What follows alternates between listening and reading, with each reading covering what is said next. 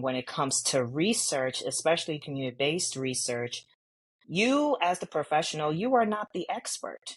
You don't get to go into a community and dictate what you perceive that they need to help themselves. No, that's a very arrogant, I believe, point of view. And I think that has also created a lot of distrust and a lot of apprehension within the public health field or research field because we've had researchers who were mostly white go into communities that look like the two of us, telling us what we need or what we have to do or what we cannot do to get the things that we need. And sometimes when they come in and they do the research, they leave.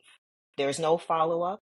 There's no, sharing whatever publication that was put in some sort of like academic journal, or you posted it somewhere like New York Times or like a national or local newspaper. The community, there's no benefit. Welcome to Public Health Careers. I'm your host, Omari Richards, founder of the Public Health Millennial. We're going to dive deep into public health topics and career journeys. You'll hear diverse career stories, absorb professional development and career strategies, get tips, while also learning from others to help you in your own journey and learning of public health. Learn about the vast world of public health careers, or just hear public health stories. Stay tuned so we can do our part towards a culture of health, well-being, and equity for all. Hey friends, welcome to Public Health Careers. I enjoyed reconnecting with Araba today to learn and share more about her public health journey, where she has had a multitude of experiences working in higher education, research, and in nonprofits. She talks about how she got interested in public health after watching the documentary Unnatural Causes, how she has developed and honed her skills as a health educator, and what the certified health education specialist has done for her in her career, how she got connected into maternal health work and really solidified her role as an evaluator. She talks about her struggle of finding a job post MPH and how she finally landed one 6 months after graduating from a Master's of Public Health. And we briefly touch on how the political landscape can affect public health and much, much more. So if you enjoyed today's conversation, be sure to hit that subscribe button and share it with someone. Greatly appreciate it. Okay, now enjoy the show. Hi, everyone. My name is Araba. I am a public health researcher, evaluator, educator, advocate, all of the things, and you are listening to Public Health Careers. Today, we have a passionate public health researcher, evaluator, educator, health equity advocate, and consultant with 5 years of experience working in higher education institutions and nonprofit organizations. She received a bachelor's degree in public health with a concentration in community health at Montclair State University, then went on to get her Master of Public Health at Montclair State University in community health education. She also is a certified health education specialist. She currently works as a program coordinator at Rutgers Cancer Institute of New Jersey. We have Araba Assan, MPH CHES. Welcome to the show. Yeah. Hey, Omari. Thank you so much for having me.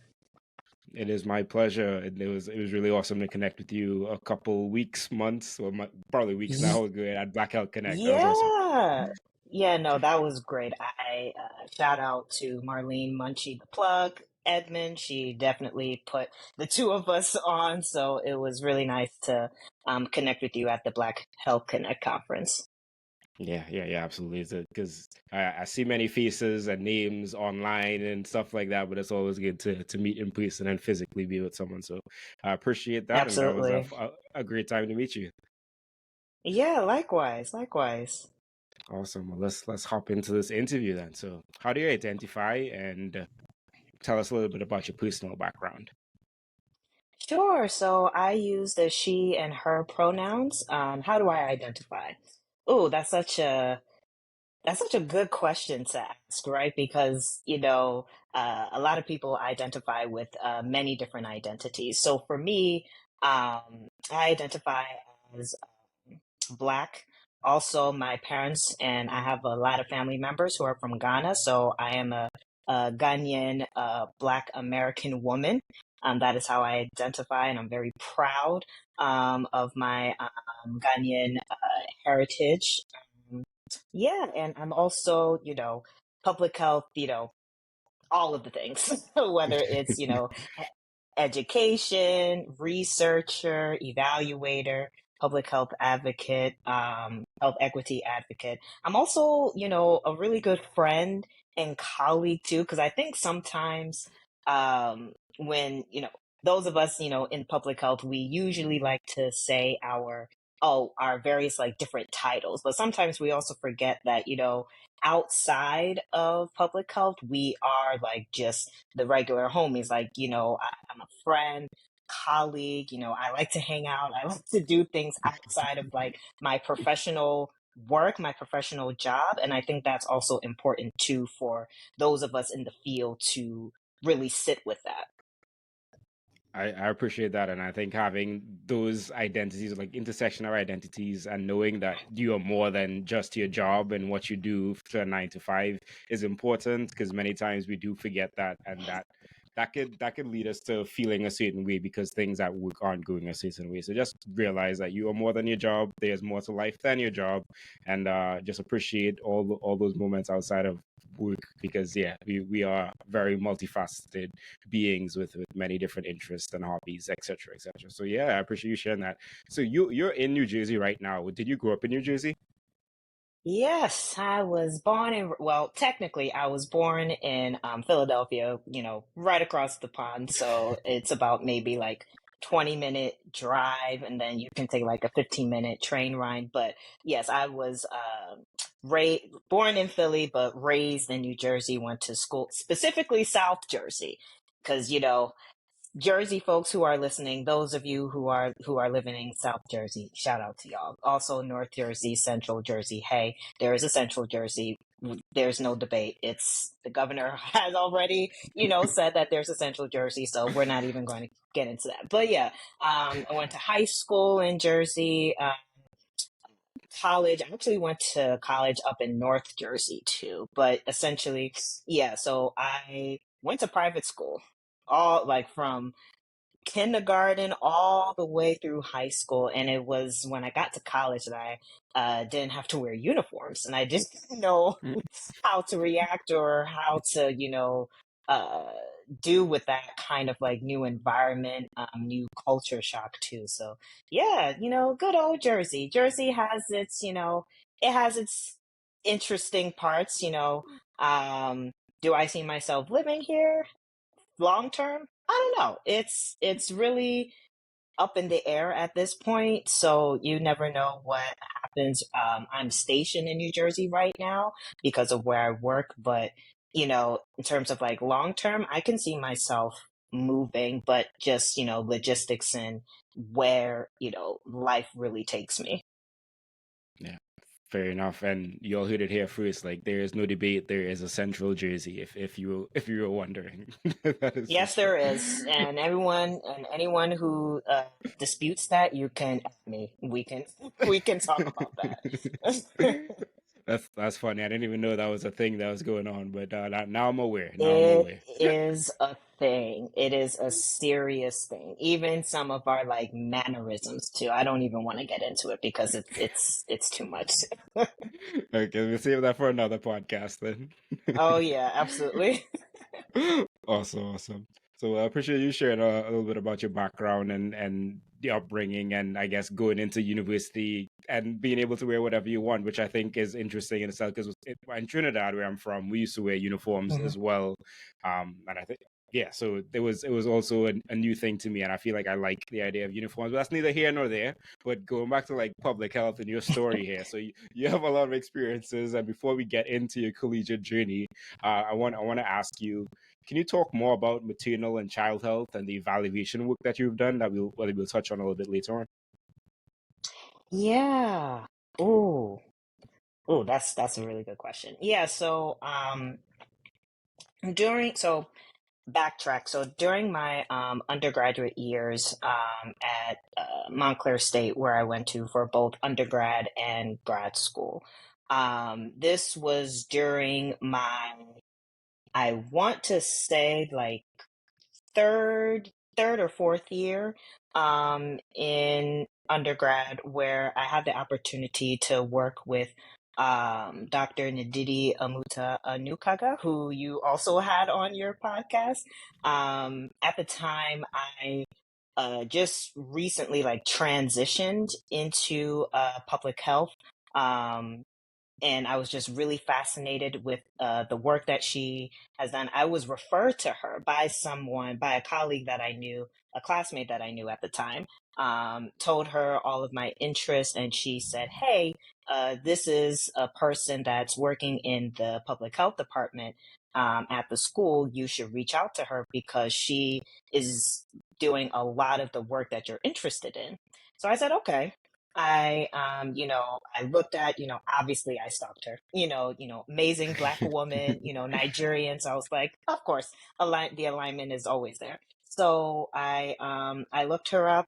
I looked at, her background, her resume. It's quite extensive. So I was a little intimidated. I'm not going to lie.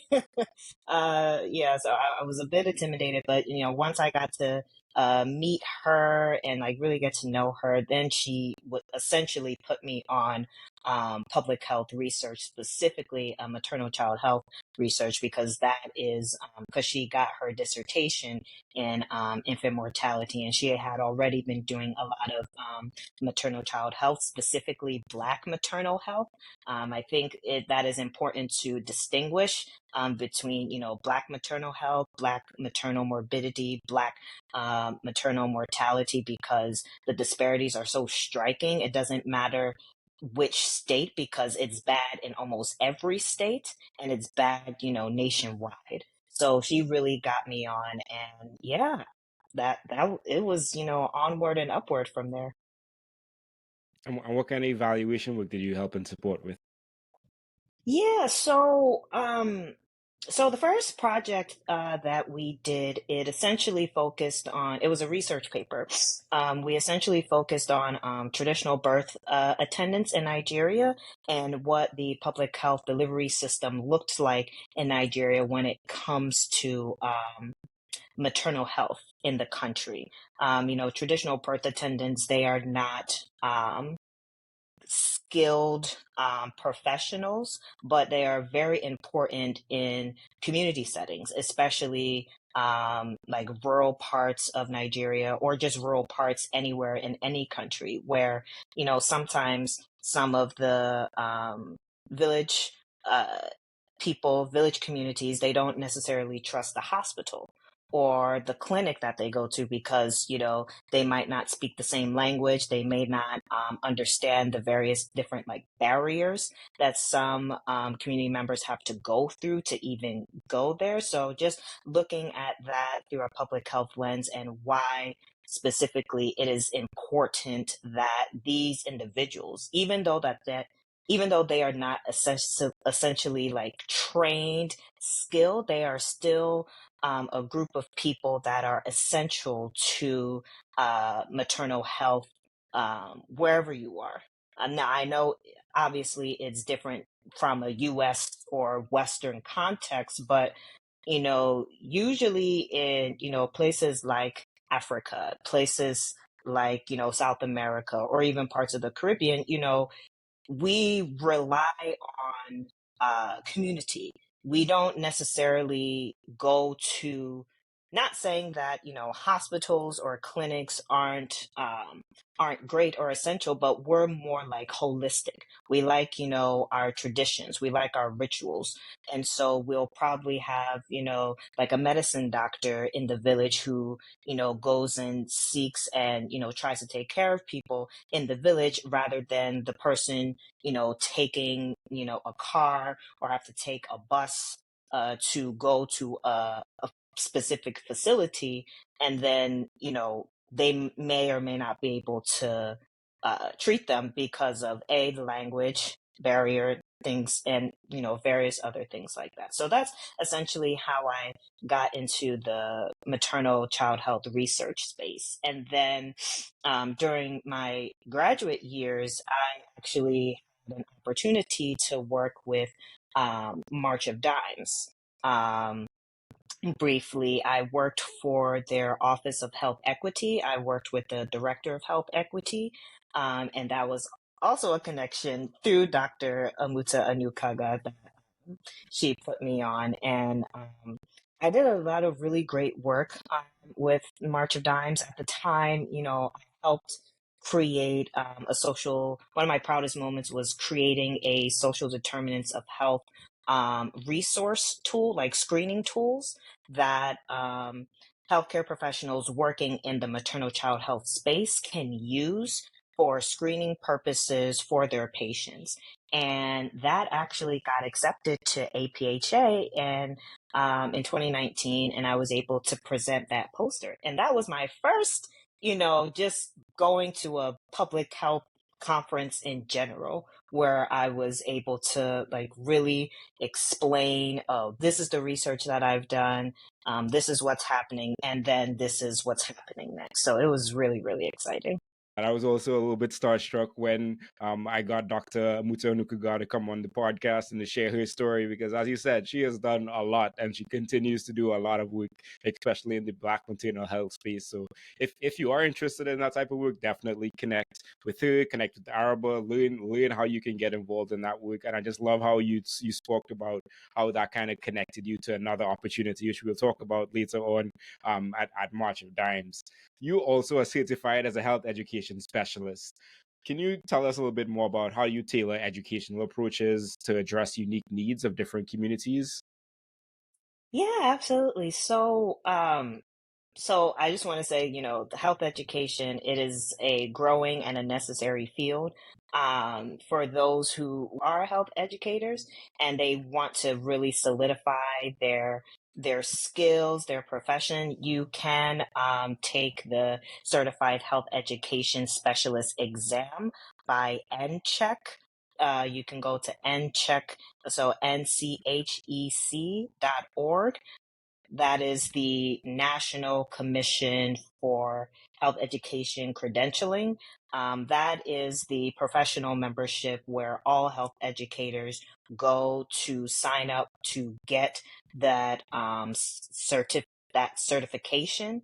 And then also, once you are certified, then you have to take certain courses to keep up with credits. So essentially, there are about, I think now they added 8 areas of responsibility. So the areas of responsibility that I have been using in my work, definitely evaluation, program planning and implementation, as well as conducting community needs assessments. Community assets, community resources. So those I would say are about the first 5 that I have been using actively in all of the work that I do.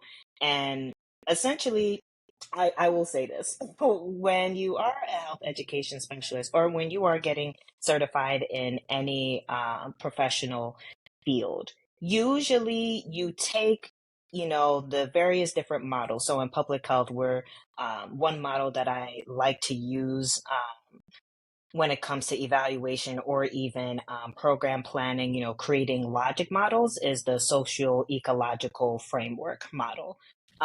So that is, it goes from, individual, interpersonal, community, organization, and then systems. So using that model to essentially map out, okay, I am helping this client or I'm helping this funder try to come up with a program or evaluating an existing program that they want to sustain long term. So, what goes into that? So, using that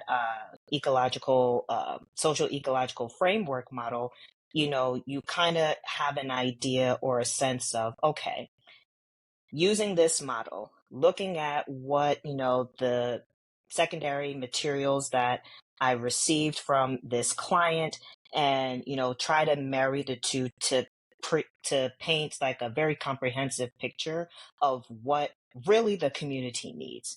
Because it's one thing, working in health education or in research or public health in general, especially when you're doing community work, the community always know what they want, not the professionals. And I said this on another podcast, when it comes to research, especially community-based research, you as the professional, you are not the expert. You don't get to go into a community and dictate what you perceive that they need to help themselves. No, that's a very arrogant, I believe, point of view. And I think that has also created a lot of distrust and a lot of apprehension within the public health field or research field, because we've had researchers who were mostly white go into communities that look like the two of us, telling us what we need or what we have to do or what we cannot do to get the things that we need. And sometimes when they come in and they do the research, they leave. There's no follow up. There's no, sharing whatever publication that was put in some sort of like academic journal, or you posted it somewhere like New York Times or like a national or local newspaper. The community, there's no benefit. So how can we as public health professionals claim that we really want to help community members when we are the ones who, one, we have to check ourselves. I think a lot of us don't necessarily check ourselves, check our privileges that we walk through sometimes in the public health journey. And so when you are engaging with community members, you have to leave your ego at the door. Leave it. You drop it, don't even bring it in, because the moment the community gets wind or they sense that, you're not truly who you say you are, you're not authentic, then that's where the breakdown in communication and relationship comes by. I know I said a lot, but that's essentially a vacuum of how to use like health education certification in like real world practices. You said a lot of good things, so don't worry about it. I appreciate you sharing, but I think like the importance of what you're saying is like when we are trying to do research with communities, like really go in there intentionally beforehand, thinking about what is the benefit of the community, how am I working alongside the community to create the solutions that they would like to see in their community, because as you said many times, I think they call it parachute research. I don't know, I can't remember the term, but essentially you kind of like Hmm. drop in and drop out type of research. And to your point, many times the research has been done and has not been shared back, and people just feel like they've been used, and which enhances that distrust part of things. And once again, I think it's important to, as you said, check ourselves of our privileges. And I would even go further to say like check ourselves on our implicit biases, to really, as you said, leave our egos at the door and really come in with an open mind to what is possible, what this community has to say, and how we can really work together to get that change. Oh yeah, absolutely. And again, you have to meet people where they are. Don't assume that people know what you're talking about. A lot, and I think sometimes those of us in the field, we do ourselves a bit of a disservice, assuming that community members or assuming the general public knows what we're talking about. They don't. They don't know our lingo. They don't know the acronyms. That's why you have to break it down in plain language. Literacy is critical. A lot of people don't necessarily understand basic health information. And so, as the public health educator that you are, or public health professional, you have to break that down. Not only break it down, you have to break it down in a way that makes people understand. Correct is right. Correct is right. And then just jumping into the next question here, like, what does public health mean to you? Ooh, ooh, that's a good question. I'm loving these questions. Um, public health. Public health to me means joy. It means liberation, especially within a Black context.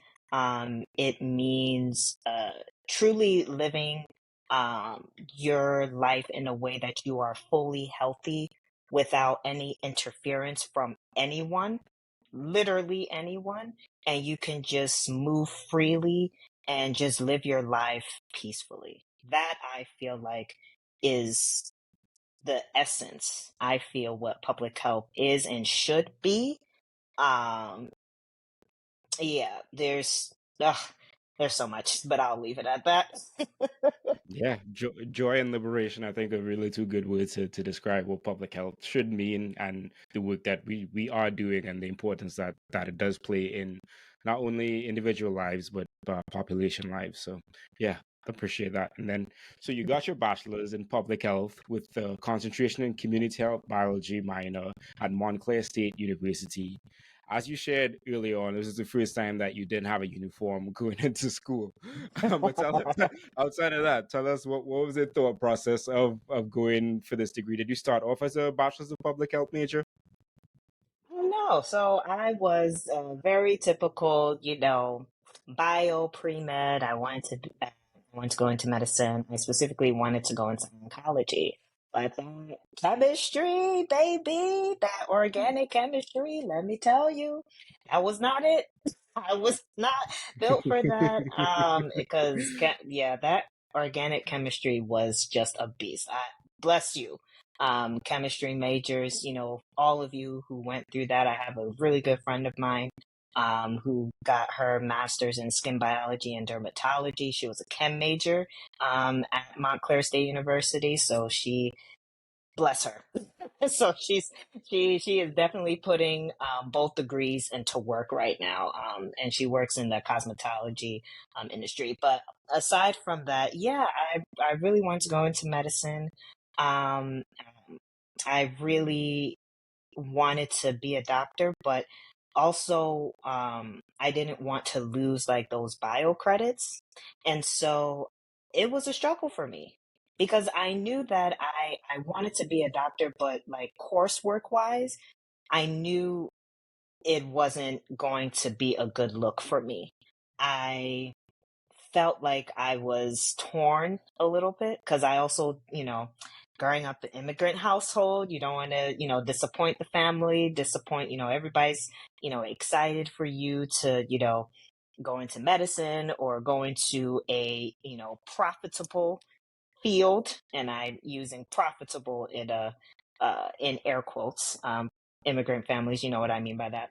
Um, so yeah, and I had to really toggle with myself because I love the public health courses that I took. So I was bio, and then I transitioned to molecular biology with a minor in public health. With the anticipation that I would be, going to med school, all of that. After I took my first public health class, Introduction to Public Health, specifically watching the documentary Unnatural Causes, that's when I knew. I said, okay, this is interesting. I didn't realize we have so much inequity, so much disparities when it comes to our healthcare. Let me, do some digging as to why. And the professor that I had at the time, amazing Black woman, Dr. Nasolo Tete, amazing, amazing, amazing. She was my first public health professor that taught the Introduction to Public Health course. And then I took an elective in mental health. And that was when I knew, okay, I'm switching my major. And mind you, I switched what should have been my last year in undergrad, fourth year. I switched from a molecular biology major with a minor in public health to public health major, concentration in community health with a minor in bio, because I didn't want to lose any of those bio credits. So I had to stay an extra year because I switched majors, but I essentially had like some of the public health courses that I needed. I just needed to, complete like, the program planning, health education methods, health policy, all those things, and also do internship practicum and things like that. So it all worked out because now I got my bachelor's, I eventually got my master's, and now here I am. Absolutely did work out. And thank you for sharing that, going from bio to molecular bio to minor to with a minor in public health to a public health major. Yeah, there's a And lot as happening. There's a lot happening. yeah. And I think it's important to highlight the first thing I want to highlight is just you were able to get exposed to what health disparities, health inequities look like in healthcare. And many times, as biology majors, we have no idea about those No things that are idea. going on because that's not part of the curriculum that you're learning. And like I guess luckily for me, I learned those things when I got into my master's of public health, and I was like, oh, this is a really messed up system here. And like be like not to disparage on doctors because I think they're very important and an essential part of the public health system, but it like doesn't address the systemic issues, especially the systemic issues that Black people face. So hence that is why I chose to go in public health. But not my interview, it's your interview. But yeah, that's awesome that it was able to happen like that for you, as well as like just learning about public health that early on so that you can understand what you can do in public health, because many times I feel like we don't know what the opportunities are, but being able to take that route is awesome. And I feel you with the organic chemistry. Definitely wasn't my strong suit either. Hey, Listen, it was a struggle. Struggle bus. Seriously. I was like, you know what? I would just be happy just to pass. And that's the crazy thing. Like when taking organic chemistry or just taking any chemistry class at the time, it's especially if it's not something that you see yourself doing long term. And again, we can say this verbatim, there are not enough Black and brown healthcare professionals, STEM, public health in general. Like it is across the board. Um, and so, yeah, organic chemistry I just knew that it wasn't a course that, one, I knew it was difficult, but I underestimated how difficult it actually could be. And also, like, why I needed to take it if I'm trying to get into medicine. But again, quickly learned that it was, medicine. I thought medicine was my calling at the time, and now I've just accepted that that's truly not my calling. I feel like there needs to be more of a merger between medicine and public health because they both essentially do the same thing. The only difference is that one focuses specifically on the individual, the other one focuses on population, community, prevention, disease control, like all of those things. So it's that both of them should essentially work in tandem with one another. Right.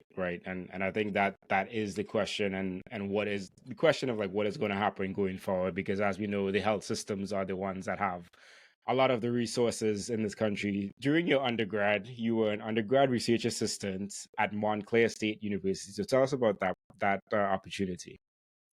Yeah, so when I was, still trying to figure out my life when it comes to public health and going into medicine, I had the opportunity to do some research, biology like specific research with my academic advisor at the time.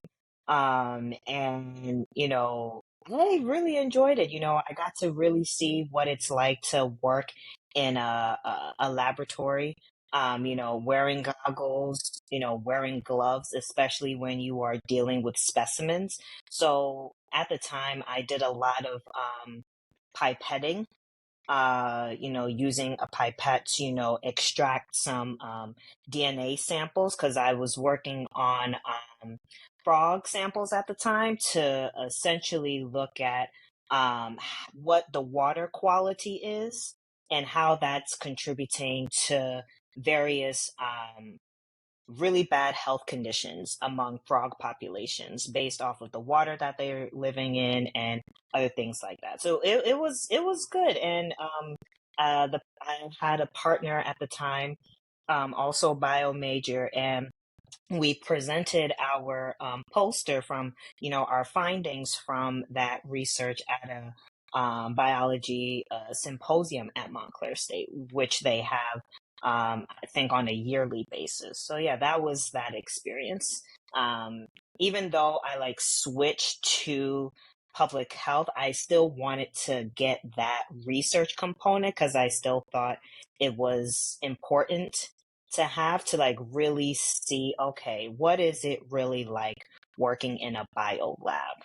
Like, what are the day-to-day operations? How do you, contain specimens in a cool environment so that way they're not, contaminated with anything, safety protocols, all of that. And also, how are you doing, electrophoresis, things like that. So yeah, it was good. It was a good time. I learned a lot. And also during your undergrad, you were a health program specialist at Burlington County Health Department. So tell us about that experience. Yes, that was actually during my undergrad internship.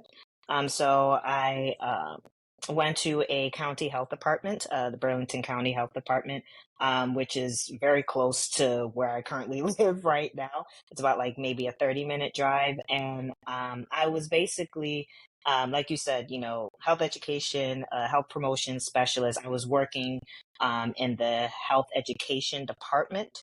Or health education, the section of the health department.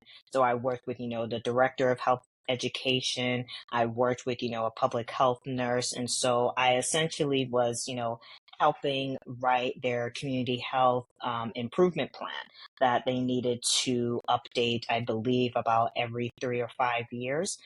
Every county health department should have a community health improvement plan, just, highlighting, detailing what like just various different what the outlook looks like in terms of health and wellness, and what is the health department's contribution and what are they doing about it to improve the health and wellness of the residents that are using their services.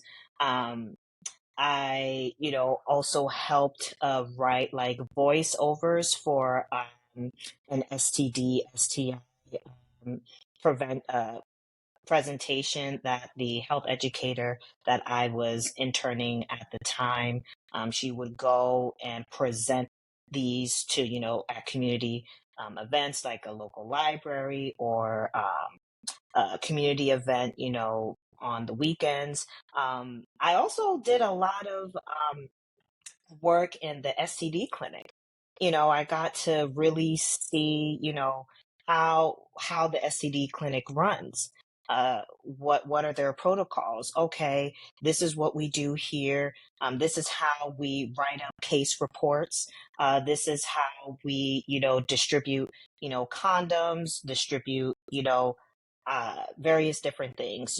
Provide PrEP education, PEP education. So yeah, it was a lot. I really had a good time. I also got to spend really good time in the environmental health section of the department. I went on um, pool inspections. I went on restaurant inspections. I also went on a waste management inspection, seeing how, large glumps of waste, are they, dumping them properly and safely? And if not, what are the, ramifications of that?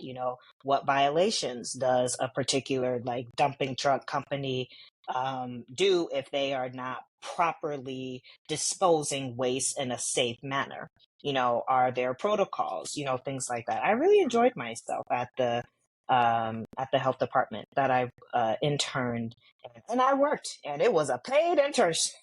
By the way, I did get paid, so yes, I fully enjoyed myself there. I had a good time, and it really exposed my view of how health departments really contribute to the health and wellness of their community, providing services, education events, monitoring various diseases. So you get the whole conundrum working at a health department. Very rich experience there, and I like the part of like highlighting the CHIP, the community health improvement plans. And I feel like if you're a Mm-hmm. student or just anyone in public health generally, you can look up where you're living, and some public health department or health system will have a community health improvement plan that you can look up to Mm-hmm. really understand like what they are prioritizing to improve the community essentially. And I also like the you talking about the pools, restaurants, and waste management and monitoring, because those are things that no one thinks about, but public health is thinking about and doing work to ensure that no one thinks about it. Did you have any specific undergrad takeaways that you wanted to share with us? Undergrad takeaways. Ooh. Just in general or like from a public health standpoint? You can do both. Okay. Um, let's start with, well, yeah, we can do both. Let's start with the general, because I think it kind of coincides with the public health. In undergrad, you're essentially finding out who you are as a young person, as a growing young adult. So I would say to anyone going into undergrad, I know school has started for some.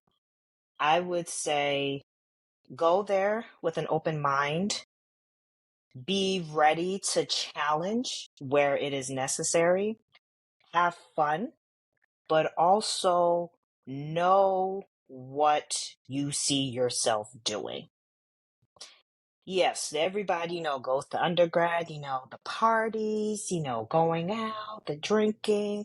Yes, that's a part of it. But if you don't necessarily understand why you are in school in the first place, like what is the point of you getting this education? What is the point of you getting this degree? Then you're essentially going to be lost. And I would say the same thing in public health. Public health is such a broad field. There's so many things you can go into. You can go into health policy. You can go into environmental health. You can go into maternal child health, health education, biostats, epidemia. Like there's literally so many things you can do in the field of public health. And what I urge, any undergraduate student or even graduate student, just be very mindful, have a vision, know what you're going to school for. You may not know, obviously, within the first 2 or 3 years, especially in undergrad, but when you are getting your master's, you need to have a very clear vision as to where you see yourself, because you decided to get a master's for a reason and you want to get a degree for a reason. Also, don't allow your advisors or mentors try to dissuade you from what your true intended goals are. I know, advisors and mentors, they are really doing the best that they can to look out for your best interests. At the end of the day, it is your decision and your decision only. There, you can have various different mentors, and mentors are great. Mentors are wonderful. Also, you have to have a vision. You have to have a clear focus, a clear guidance, a purpose as to why you want to get into this field. And also, what are you contributing that hasn't been contributed before?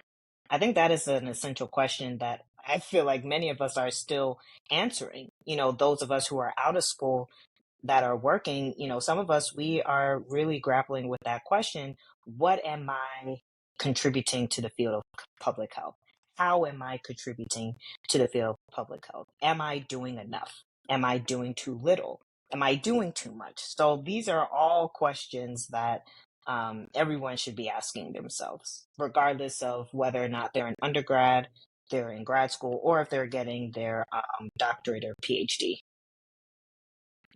That is so true, and those are some great insights. Like many times, I feel like a lot of people go into programs just going into the program but not thinking about like what is the end goal here. And like even if the end goal isn't where you end up, it is important to have that end goal so that you can have a direction and like know what opportunities are for you, what is not for you, and then just like go towards that path and then figure out like what is not for you as you navigate more of your public health journey. So I appreciate those insights, very very important, and I think very useful for anyone whether they're in undergrad or in a master's or a higher level program. So appreciate that. and you got your Master's of Public Health in Community Health Education at Montclair State University. Tell us about the thought process there. Yeah, so at the same school, I went straight through, no break. I would say essentially my whole cohort, most of us, as soon as we got our bachelor's, we went straight to master's. Um, my mentor at the time, I told her what I wanted to do, told her what I wanted to, be in public health. And she was like, I don't understand why you're trying to look for a job when you can easily just get your master's. I'm like, I don't know if I want to get my master's. She said, no, ma'am, this is not a question or something that needs to be debated. You are getting your master's, apply. And so I applied. I applied to various different schools, Montclair State included. I didn't get into most of the schools that I applied to. I got in at Montclair State, and I also had like a really good rapport with some of the professors that I had in undergrad. So it was a very easy choice for me to make at the time, and frankly, my only choice, because that was the only really school that accepted me. Because also got my undergrad there. I knew the professors. Not saying it didn't help, but also when you are writing your mission statement, your vision and goals, GPA, extracurricular activities, things like that. And I also did a lot of health education work in undergrad as well as when I got into grad school as well.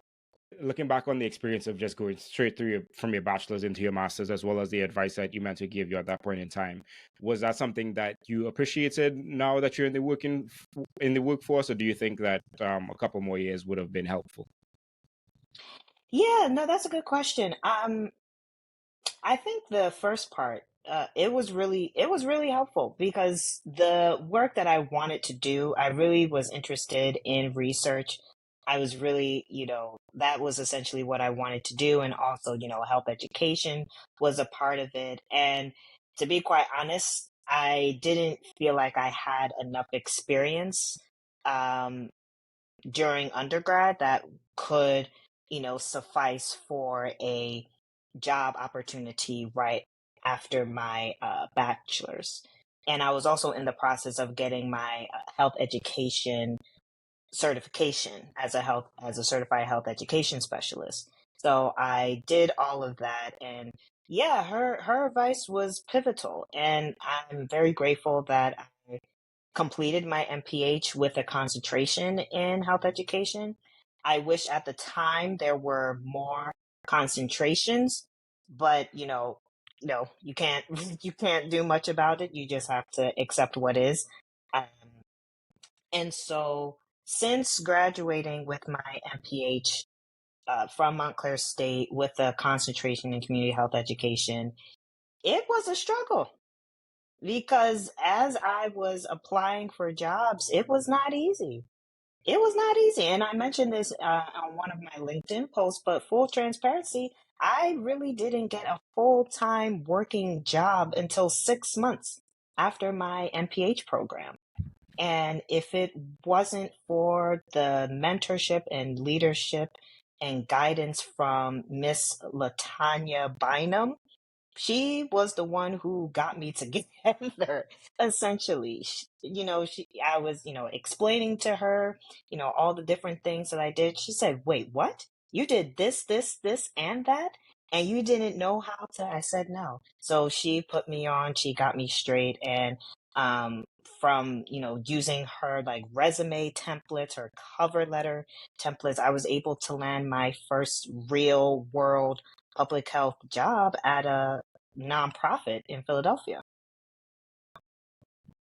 Thank you for the vulnerability there and sharing the transparently about your journey and what had happened there. As well as shout out to Latanya. She was, I want to say, not she was in the top three, or not top three, in the first three podcast episodes that I ever did. So shout out to her. Owe her a lot for public health careers and what it has become. So definitely awesome. I haven't seen her much lately, but hey, she's probably doing a lot of great things behind the scenes. Oh yeah, absolutely. She's always doing really good work behind the scenes. Awesome. And I'll ask you more about that 6 months gap and that mentorship and different things like that in a bit. You mentioned a little bit about your certified health education specialist certification, and you spoke about it a little bit earlier in the interview. But can you tell us more about maybe the thought process of getting that, and then how that has benefited you? Yeah, so I actually started that process in undergrad. Because one of our classes, it was a senior seminar class, and the professor that I had at the time, she was or is still a health education specialist, and she was just introducing us to, really expanding more in the health education side of things and how you can use your degree to become a health education specialist through the health education specialist exam. So we actually took a mock exam. I bombed, completely bombed. I'm like, oh, okay. So this is another one of those, like, SATs that you have to take to get into college. And, I really struggled with SAT or just standardized testing in general. Um, I personally don't believe that that should be a measure of how successful someone is or should be when it comes to going into college or just life in general, but that's just neither here nor there. But essentially, I bombed it, and she helped us, walk through certain scenarios that a health education specialist would do, especially conducting a needs assessment, or if they are trying to map out a health education intervention program. What does that look like? Oh, so you want to plan out this 5, 6 year education program. Here's what you need. You need a logic model. The logic model will essentially showcase it lays out essentially what you want the program to look like. So you have, your inputs, your outputs, your activities, and then your outcomes, all of the different outcomes. And so, once she was able to go through all of those things, I felt really confident to take the real exam. So there are study materials that NCHEC does provide when you are taking the health education specialist exam. I went through all of those. I took some practice tests. When I got to the test, uh, you don't get your results until, I believe, about 6 weeks after. When I got my first result, bombed. And I'm like, all right. So I bombed. Should I decide to take this again? And I said yes. I was like, all right, Araba, get yourself together. You're going to take this exam again, and you're going to pay. And, this exam, it's not cheap. Most of the exams in public health education, they're not cheap. So, I looked at, and the good thing about the health education specialist exam is that they actually break down for you which areas of responsibility were your strong points, which ones were your weak points. And so when you decide to take the test again, you know which ones to really, really focus on. So I was like, all right. So, I prepped. I took the test. I was anticipating because I knew, like, I felt really confident, really good. When I took the test, I felt good. Didn't think about it. Then when I got my test, Omari, no joke, 2 points away from passing. I was so upset. I said, really? You all couldn't give me those 2 points on that exam? And so then I'm like, all right, now, do I really want to take this exam a third time? I thought about it. I prayed on it. I asked, mentors, friends, and they all said, if this is really what you want to do, go for it. If you feel like this will help you, go for it. So I was like, all right, I did an internal talk with myself. I said, this is it. Like, this is the last time If I don't pass, great. I'm not going to be, bummed about it. It's not for me. If I pass, that would be amazing. And I don't have to worry about taking the exam anymore. So I prepped. I took more study tests, more practice tests. And those really came in handy because I passed. And so, moral of the story is if you feel like there is something in the health education or just public health in general that you need or you want to chase after, even if you go through a few failures, don't give up. It's important to really go after what you really want to do, with no pushback, but also with guidance and a realistic understanding of how you can use this certification to help you with your job. And NCHEC, they actually have on their website where they have a list of specific employers that really prefer or they accept those who have a certified health education specialist certification, both, the regular and then you have the master's level. I'm not taking the master's level. I'm tired. I already got my master's. I don't need to, get another master's in something else. No, no, ma'am. Makes sense, and wow, that definitely is a journey. And shout out to those internal conversations that we have to have every now and again to really put us on path to say, hey, this is the thing that I want to get to where I need to be in life, and regardless if I have to take it one more time, I'm gonna take it one more time. And shout out to you for passing. And that's also kind of cool that they give you feedback on like the areas that you need to improve on or weren't the strongest that you can improve on, because that's a good way to think about it. But man, like I can only imagine that process for you and getting through, but you made it. I So made it and I passed. That's all that counts. Moral of the that, story, just pass. And very rarely, there are some jobs that they probably will ask you about, your, I see that you have these letters, these four letters after your name. Can you tell me a little bit about that? And then you can, go in and disclose, this is a certified health education specialist. I'm a health educator by training. This credential gives me the professional obligation to really use my health education skill set in the workforce through X, Y, and Z. So, yeah. yeah, absolutely. And looking back on it, like no one asked you how many times it took you to pass that exam. So yeah, to your point, just pass, and you'll have the story to talk about it. And when you get on podcasts like this, you can share about your journey and to inspire others who might be in that same spot. So I appreciate you sharing that.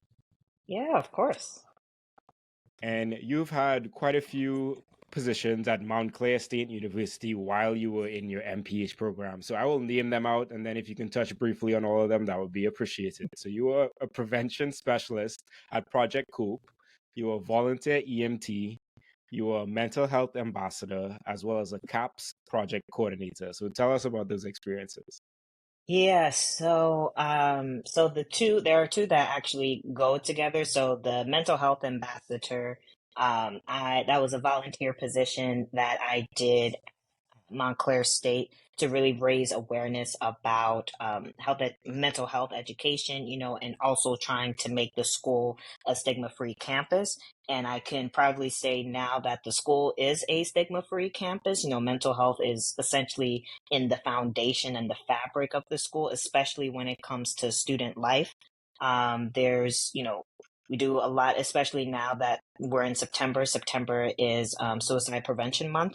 So there's a lot of, educational information, workshops around suicide prevention, mental health, etc. So I thoroughly enjoyed my mental health ambassadorship because I got to talk to students, especially STEM students.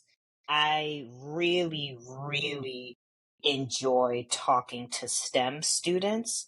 And there were times where I did an event where I would speak to STEM students and essentially not not to necessarily dissuade them from the path that they are going on in STEM, but also just letting them know like whatever passions that you have that are outside of the career that you've already set yourself to go into, don't, disclude that. Like don't completely throw that away because you never know when you might need that in the long run.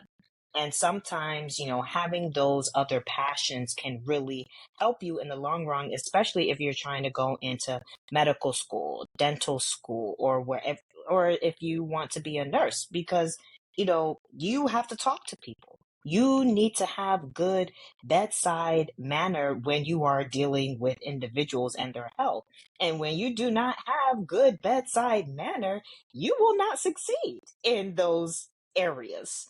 And also you don't want a bad review later on in life because, we are we talk, consumers, we talk. And so you don't want like a really bad review on, a patient experience or a patient, you know, did not receive you well because of either how you approach them, how you talk to them, or also if there's a language barrier. And so just trying to, tell STEM students that, you know, CAPS, the counseling and psychological services on campus, it is there. It is available to you. We will also talk with your professors and guidance counselors and academic advisors and let them know, hey, we are here. We are a resource. We want to collaborate because you all are under a different kind of stress that most people will never understand. And so we want to be that resource for you. And that actually led me to my CAPS project coordinator position, which was a graduate assistantship that was paid for. And I would, go to various, student organizations, doing outreach, collaborating. We had, there was one event where I really enjoyed. It was called Sister to Sister. It was essentially for Black and Brown women, students, faculty, staff to really come together and really have like a nice, connection with one another. We're all about connections and connecting different people to like different resources. And there was another club that I was a part of through my CAPS project coordinator position called Connecting Across Cultures, where we would come in. We had a large international student presence, and we would just go around, just like talk about how we're feeling. If there were certain international news that made way and it affected some students personally, there was a space for them to talk about it, among different cultures to, you know, provide guidance, education, support. It's essentially support. Really, that's what it is. Being a mental health ambassador as well as a project coordinator, um, that was really one of the biggest blessings and greatest opportunities that I really took away from Montclair State.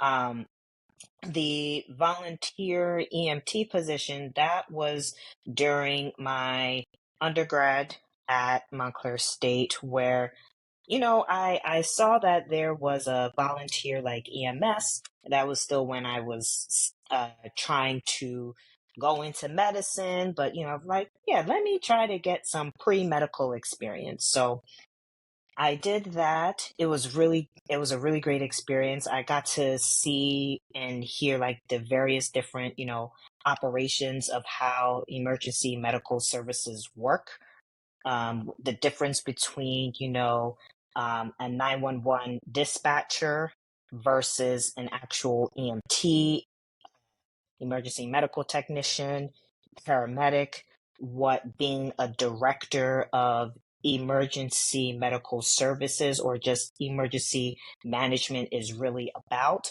We had like various trainings to help those who, they essentially wanted to be an EMT to help them with their pre-med track, but weren't sure. So there were various different, shifts where sometimes if we didn't get a lot of calls, we would do a lot of training. And it was through that training that I was able to go to EMT school. I became a certified EMT, and I tried my best to, use all of that training that I got to, go on an ambulance, whether it's a volunteer or paid. Unfortunately, that never happened. I applied, but I also knew instinctively that this is not the career path that I really wanted to be on. But I was very grateful for that experience because it showed me a different side of medicine, essentially, or a different side of healthcare that a lot of people really take for granted. And EMTs, paramedics, they essentially are trying to keep you stable before you get to the hospital. And a lot of people truly do not understand how important and significant that is because that is literally a life or death situation. So that was my experience as a volunteer EMT on campus. And then lastly, I was an undergraduate research assistant. I worked with Dr. Muta Onukaga. I worked in her public health research lab. One of the projects that I mentioned earlier was the traditional birth attendance research project. That paper got published and I believe sometime in 2017. And so, going through that, attending various research meetings, how to write like a literature review. Didn't know what that was, didn't know how to do that, but through that experience, I was able to really know how to do a comprehensive literature review. Also, how it also gave me exposure to how to write manuscript papers to submit to an academic or a scientific journal. So that was a really good experience. And I think that's essentially what has helped me. Now, granted, I'm not the best writer. I'm not good at it. I'm getting better, but essentially if someone tells me, "Oh, can you write this literature review for me?" Done. I can do that. And so that just really gave me an insight into how uh, just being in research, particularly in a social science research area like public health, it's very, very different from being in an actual laboratory. So yeah, those were my experiences. And good experiences to learn like what you like and what you don't like, and a whole host of knowledge and insights that you did gain throughout those experiences, which I think are very important. And then earlier on, you mentioned how in your graduation year of your MPH, you worked at March of Dimes as a birth equity advocate, and you were speaking about creating a research tool that they used. Can you talk more about that specifically and how that came about? Yeah, sure. So with the March of Dimes job slash internship that I had, working with the director of health equity, I was charged with writing a social determinants of health screening tools literature review that would be used as part of like a comprehensive resource guide.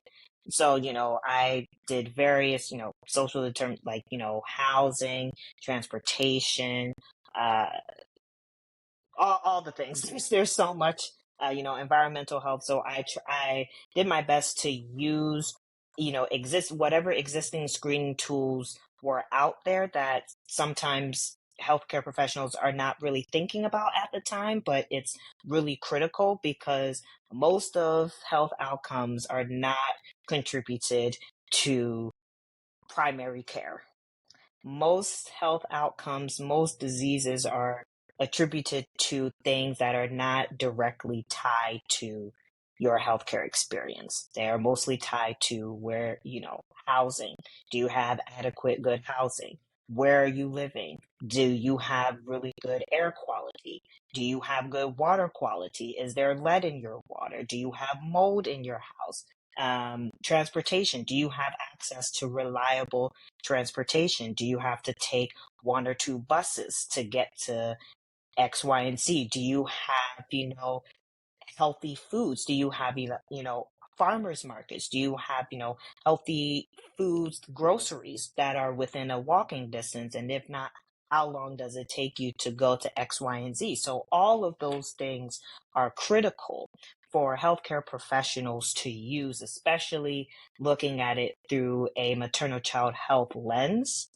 And so that I was able to help with that, and that resulted in a abstract submission to the American Public Health Association in 2019, where I presented the findings in a research poster. And also, March of Dimes at the time, the director of health equity, this was also around where, Black Maternal Health Week was becoming more of a popular theme nationally.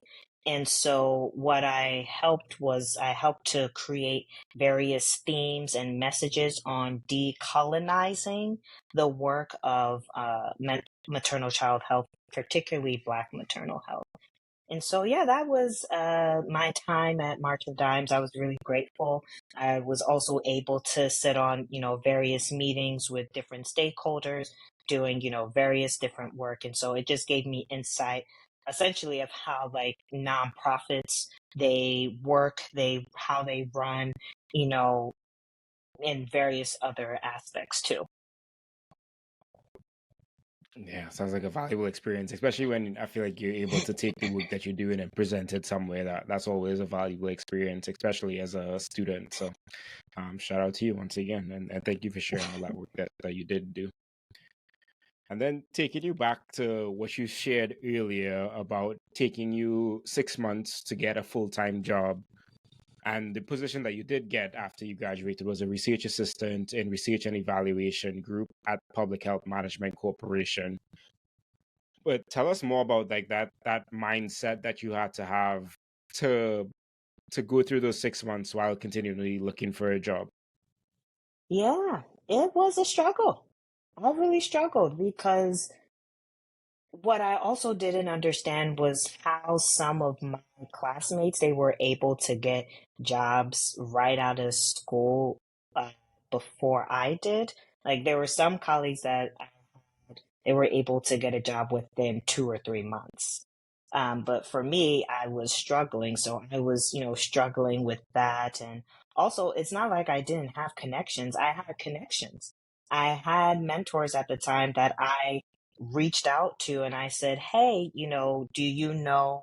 And because also I planned on moving back home because I knew I didn't want to stay in the North Jersey area. One, because essentially I was in school for about 7 years. So living in Montclair, I basically knew almost North Jersey. So I was kind of getting a bit homesick. I'm like, yeah, it's time for me to leave because I'm seeing too many of the same buildings, too many of the same people, and it's time for me to go.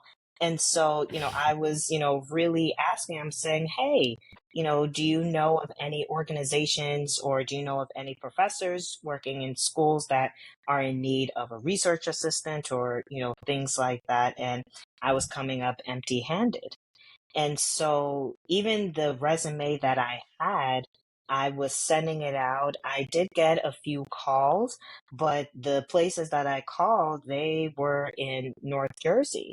And I knew that I was not prepared. One, I didn't have a car at the time, a reliable car at the time, or a reliable means of transportation. I was using my mom's old car before, I was able to purchase my first car.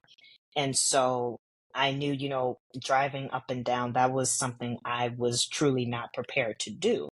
And I was also not prepared to move up in North Jersey because one, I didn't have the finances or the means to like just find an apartment right then and there with, how many, student loans that I had. I was just not prepared for that. So it was a real struggle for me. I questioned a lot. I questioned if this was the field that I want to go into. Is health education even the right fit for me? Is research, public health research, the right fit for me? So I struggled. There were some really hard moments, but I said, you know what? The folks that I thought were helping me, they were not helpful. And so I decided to reach out to someone that is not in my immediate circle. And, Latanya, I was already, messaging her back and forth, looking at the things that she did. And I just said, hey, I need some serious help. I need, to get my resume in order. I need to get a cover letter in order because I need to find a job. And she said, no problem, gave me her phone number and we talked. We talked for hours. I told her what I wanted to do. She said, no worries. I will help you. I will get you to this job. And so I sent her the current resume that I had. She was able to, I think within a week and a half, she sent it back to me and I just looked at it. I said, oh, so this is how you do a resume. Even um, things that I thought wouldn't be significant, she helped me realize and understand, no, these are significant. It doesn't matter whether it was an internship, it was a fellowship, you worked somewhere. You need to write down what you did and also how you contributed to that organization. And it was through that, I decided, you know what, let me just start applying. So I applied to places in Philly and, Public Health Management Corporation was, my old employer. That was one that I looked at. So I applied. I initially applied for project manager position. So I applied there. I got a phone interview. It went well. I essentially went in for an in-person interview. I thought it was going to be one person. No, it was a group interview, but it was just me and like 5 other people. So I was very intimidated from the front. I'm like, okay, this is weird. I don't know what you're trying to do. I don't know if you're trying to put on some united front or some intimidation tactic, but I tried not to, think too much of it. So, did the interview, people asking me questions, different questions. And what I was not prepared for was, and again, I'm not sure if they still do this, but my interview, I had to do a writing sample, like a writing portion. And I was a bit confused because I was prepared to bring them a sample of my writing, but I was not prepared to actually do some sort of like, oh, this is an assessment. This is what we need to do. How would you, as the project manager, how would you be able to, evaluate this? What is this plan?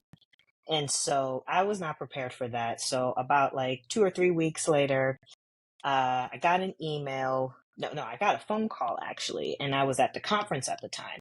I got a phone call saying I didn't get the job that I applied for, which was project manager, but there is a research assistant position available. And I said, okay, thank you very much. I will greatly consider this. So, hung up the phone. I was just excited that I was getting an offer, but I also didn't want to just accept it out front.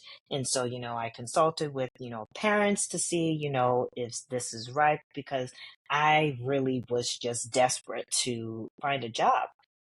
Because it just didn't make sense for me to just go through all this kind of schooling and not get the kind of job that I thought would be beneficial to contribute to the field. So I talked it over with my parents, talked it over, with myself. And then, I also asked, about, salary, compensation, what does that look like? What are the benefits, etc. And then, came to the conclusion. I said, you know what? Let me just take this. see where this goes. So I officially accepted the offer. This was, I think, in November 2019. So I worked my way up from a research assistant, working on various different evaluation projects stemming from tobacco control and prevention, asthma education in schools, to nutrition initiatives, etc. So I worked my way up. I was in that position for about, I would say, 1.5 years. And then I decided, you know what? I am due for a promotion. So there were internal promotions going on. And I talked it over with my supervisor at the time. And I said, I'm going to apply because one, I have the education and I also have now the skill set for me to move up. So what I did was I applied for the internal promotion, waited, got, recommendation from my supervisor. I filled it out and everything, and then essentially got promoted to research coordinator. And so I was research coordinator at that job until about March of 2022. So I was at my old job, Public Health Management Corporation, from November 2019 to March 2022. I love that you're an advocate for yourself in wanting that promotion and working towards that. And I guess the follow-up question there is like, if someone is in a position where they're in an organization that is doing a lot of internal promotions, what would you advise them to do in that process? Yeah, I would say to them, apply. Apply even if you don't think you are qualified. You can go, that will allow you to go through the experience of the internal promotion process, what is needed, what is necessary for you to move up. And then once you feel like you are ready, you've got the experience down, you've got the gist down, then apply again. And, who knows, you may be able to get it, the second or third time, but keep applying. I will also say that if you see yourself growing in an organization, definitely consider, what are the, career trajectories within this particular organization. Are there areas for you to grow? And if so, what are they? Is it a linear pathway? Do you have to go through all these different steps? Are there barriers or obstacles standing in your way that are not allowing you to do that? And if there are obstacles standing in your way, that could be either another project manager, project director, your own supervisor, then I would also tell you to maybe reconsider um, if this is the company that you really see yourself growing in. And of course, again, especially with the pandemic, a lot of people realize that the companies that they're working for, they're not it. And so they are really taking ownership of, you know what? Where I worked at before, it was not working for me, and I refuse to just sit by and allow this particular employer to essentially use me and my talent and my work for nefarious reasons. And also, especially with 2020 protests with various police killings, and also individual killings from terrorists against Black people, that really shined a light on the idea of what DEI, diversity, equity, inclusion, really looks like, as well as health equity. And I will also say that now health equity is a buzz term. And also, we are seeing a strategic rollback of diversity, equity, and inclusion positions in mostly white spaces, because that window has closed. It was going to close, like those of us who were in the field knew that this was going to close, and we also saw a slow moving train of public health distrust. And that, I believe, still is happening. I think it's also contributing to a lot of layoffs these days, especially within like very reputable organizations that we all know and love. That, because again, public health, as much as we love the field and as much as we're, providing so much education, the trenches and all of that, you need funding. And most of that funding comes from the federal government. And depending on who is in office will determine how much money is appropriated for, let's say, a CDC, let's say an NIH, let's say for local, state, and county health departments and tribal health organizations.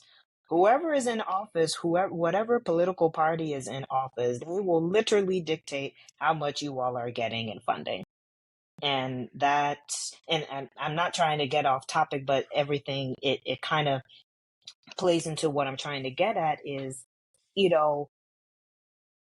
when you are working for, when your positions are grant funded, that is usually a sign that, depending on, again, who is in office, if there is a change of leadership, that whatever grants that you have, that money may be gone.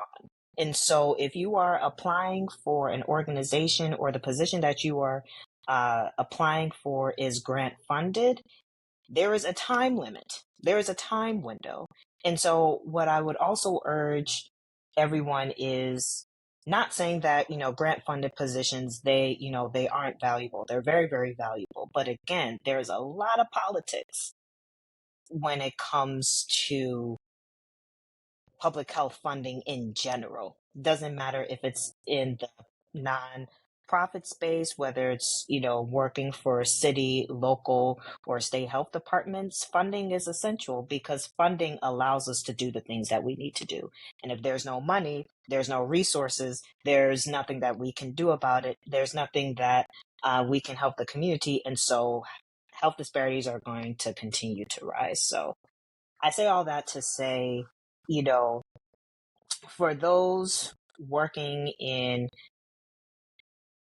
areas where there is availability to grow, take the opportunity. If you feel that in your soul, in your spirit, the organization that you are working for is not the right fit for you, you should start an exit strategy. And once you start your exit strategy, you need to also be on the lookout for organizations that speak to your interests, speak to the values that you contribute, and also, and I think this is the big elephant in the room that many of us don't want to talk about, which organization is going to give me the money that I need so that I can live properly. Rent is going up, housing costs are going up, so it's possible that, for me, the job that I worked at, at low salary, and, that is something that I knew going in, but also I knew that if I stayed, the money that I was getting, that would not help me if I decided to get a place on my own because of inflation and rising costs. So, yeah. Lots of considerations there. But two things I just want to highlight is, the first one is, stay where you feel valued, or go where you feel valued, and really like see, like, is this organization, are the people around me valuing what I am bringing, as well as like what is my value to this workplace, and how can I get my right value at the right organization with also the right cultural fit and all those other things. And then also highlighting the how the political landscape can really affect public health and affect many of those grant funded positions. And it really could change how the priorities of the state and federal government are focused on, depending on what the political landscape looks like. So thank you for raising that. And definitely everyone listening, take those into consideration, because I think it's important. And then kind of full circle, kind of not. So earlier on, you said that you wanted to become an oncologist. Though you didn't become an oncologist, you're still working in cancer. So you're a program coordinator at Rutgers Cancer Institute of New Jersey. So tell us a little bit about that process of getting there and the work that you do. Yeah, no, yeah, yes. Although I'm not an oncologist, I am working in cancer research, which is an area that I still wanted to go into. So, yeah, no, thank you for asking that. So, so the PI that I work for, we do a lot of skin cancer research. So some of my like day-to-day activities include, data management, updating various different data sets to prep for data analysis. There are some projects where I would have to, conduct focus groups or conduct key informant interviews and also code that in a qualitative statistical software, something like an in vivo or an atlas or deduce, things like that. Also, most of our cancer projects, they are IRB funded. So, uh, institutional review board, because if you are dealing with any kind of human beings, human subjects, you have to go through an IRB. So I assist with, updating or creating materials that need to be submitted to the IRB. And I also try my best to stay updated with, current research trends. I also assist with manuscript preparation, specifically, updating references using EndNote. EndNote is a lifesaver. Oh my goodness. Using any kind of citation management for those of you who are working with PIs or you are trying to write a manuscript, get a citation management software. It will save you so much time and energy. Doing things manually is not it anymore. It's not it.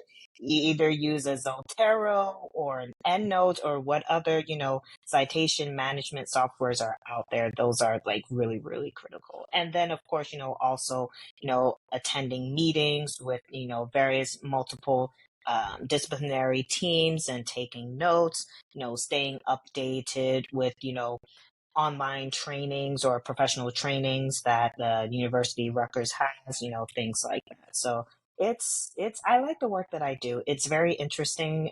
Cancer is one of those areas that it can be a sensitive topic, especially if you're doing a lot of like patient navigation.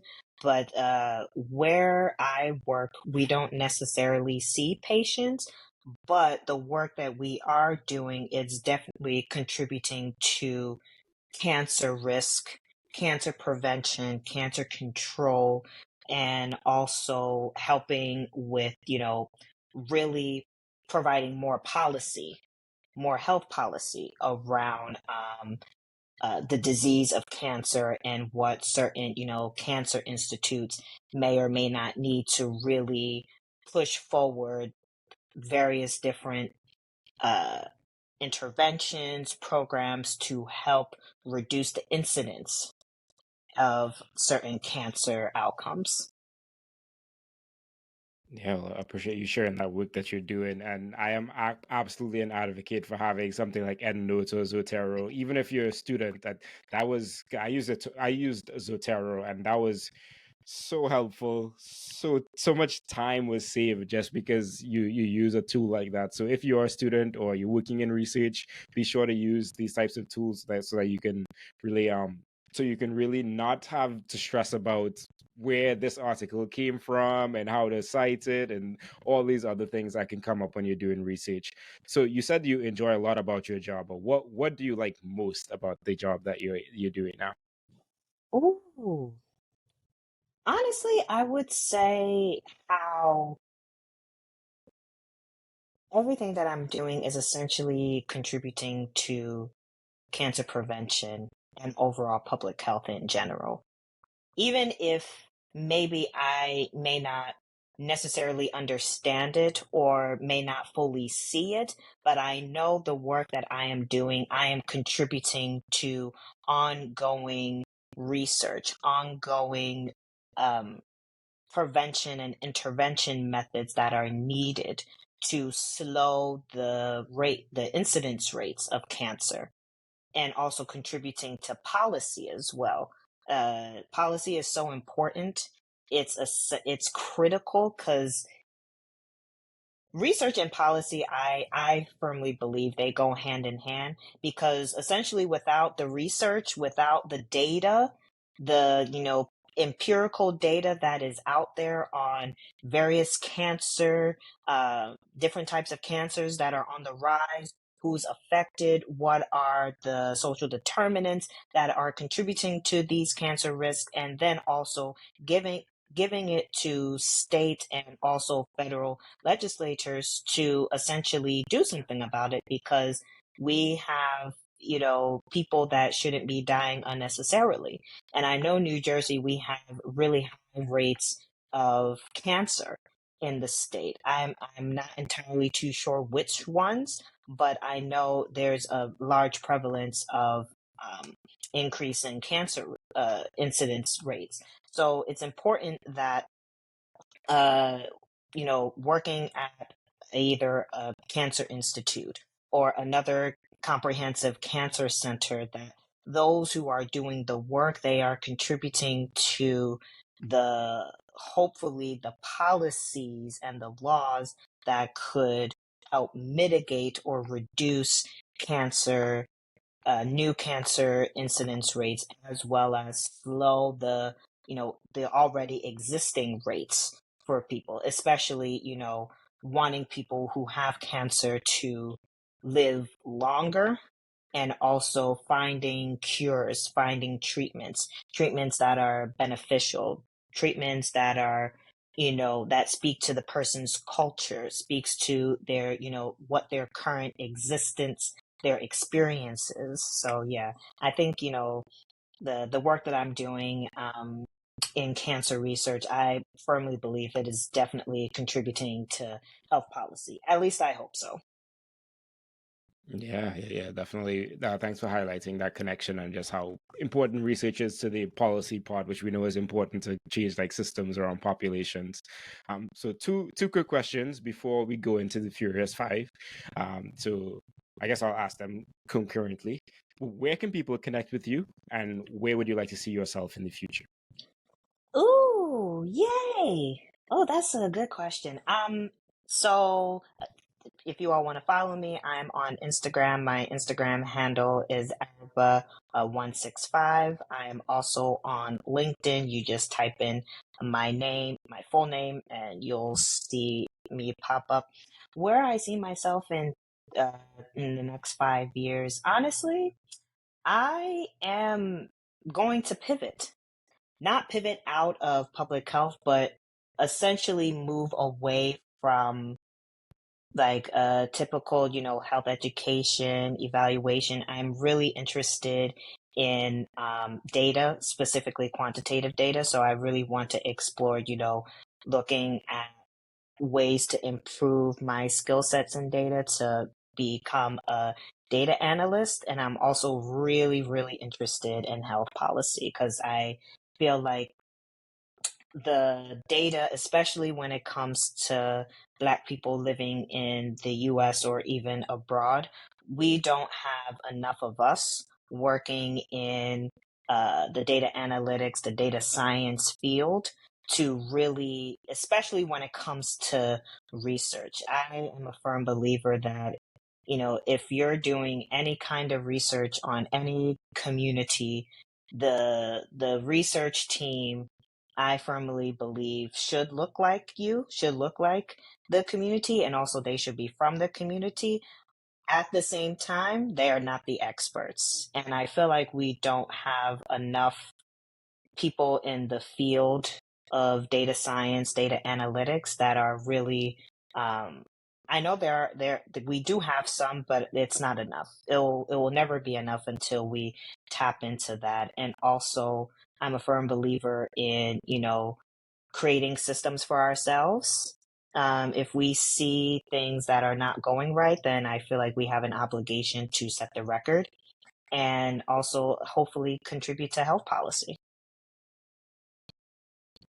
Love it, and I love that you are like actively sharing that you are willing to pivot in public health. And I think like to that point is like figure out what you want to do and then build up those skill sets and then make that shift. So we're looking forward to seeing where that all takes you, and good luck on that journey. Thank you. You're most welcome. So moving on to the Furious five questions we ask all guests. Number one, what advice would you give to a student trying to pursue a career in public health? Oh, know your why. Why are you going into this field? What do you want to contribute? What are you doing that others have done before? What makes you different? What makes you unique? Definitely, you need to know your why. Number two, if you're talking to someone wanting to get into your position, what advice would you give them? I would say advice is do your homework. Do your homework on the organizations that you want to go into. Look at their mission statement. Look at, any reports that they have. Also, hint, hint, look, if you really want to know, especially when it comes to like compensation, look how much the company is worth if they have that publicly available, because that will tell you right then and there how much they may or may not be willing to give you, but also you need to advocate for yourself for a salary that you know that you deserve. So look at the organization, look at the salaries that are out there for the position that you are looking for, and also know yourself, know your purpose, know that you are the baddest thing that this company has ever seen and that they would be ridiculous to turn you away. Love it. Number three, what's something you're working on improving in your life right now? Oh, working on improving in my life right now. Honestly, I would say just getting back into reading. I love to read. Well, I had a very interesting relationship when it comes to reading. So I am now at a point where I am starting to read more books specifically on Black authors. Also, quite honestly, looking at things from a Pan-Africanist worldview, because I thoroughly believe that Black people living wherever we are, there is a connection and there has been concerted efforts not to bring various communities together to really share in that community education. So I'm currently, trying to, learn from, different ancestors, what they have already contributed to the field, what's happening now. I know right now with the various attacks on education, specifically Black education in various different states, where does that lead us? So I'm very focused and very in tune on reading more, getting more knowledge, and also using what I'm reading to help me either with the work that I'm doing or also helping someone else. Number four, professionally, do you recommend anything? Ooh, professionally. Ooh. Can you elaborate? It could be podcasts, books, advice, anything in between. Ooh, okay, yes. There is one book for students if you're trying to get your finances and get together. Please, please, please, I highly, highly, highly recommend that you get the book Get Good with Money with Tiffany the Budgetnista Aliche. It is an excellent book. She breaks down everything from savings, from budgeting to investing, all of the things. Also, um, shows that I'm watching. So I'm currently into anime right now. So I am currently watching Bleach. So anime fans who, know of the show Bleach, I would highly, highly, highly recommend watching that. I am in the process of watching it now. There is a new season, a new episode dropped today. So I will be watching that. I'm watching it with a really close friend of mine who, she got me on anime in grad school. So I've been watching the really good ones. Um, Another thing that I would recommend, mostly professionally, is for students, definitely look at professional membership organizations that you feel speak to your interest. So those of you, living, you know, in New Jersey, there's, I think, the New Jersey Public Health Association. There's also Large Sophie, which is the Society for Public Health Education. We have a New Jersey chapter here.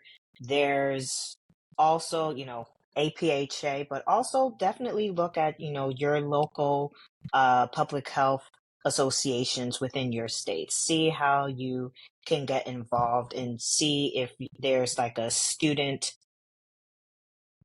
section of your organization, the professional membership organization, and see how you can get involved. And then last but not least, if there's one piece of advice you'd give your younger self, what would it be? Ooh. Trust yourself, trust your gut. Don't allow naysayers to really dictate your course of life. Because if you allow naysayers or anyone that's bringing unwanted negative energy, it will really get to you. So don't listen to the haters. Definitely, receive constructive criticism, but don't swallow it whole to the point where you can't move on and you can't grow professionally. Absolutely, absolutely. Well, thank you so much, Araba, for coming on today and sharing your story. It was a pleasure to meet you in person a couple of weeks back, and I'm glad that we were able to connect and you're able to share more about everything that you're doing and everything that you hope to do. Definitely appreciate it a lot. Yeah, thank you so much, Omari. Thank you for having me. Truly is my pleasure. Housekeeping items, everyone. Thank you all so much for watching or listening to this. Be sure to hit subscribe button, leave a like, and leave a review, and share it with a friend. This is really the best way to help the podcast and the platform get out to new people and help other people learn and navigate public health career journeys. So subscribe, like, review, and share it with a friend. Thank you all. Peace.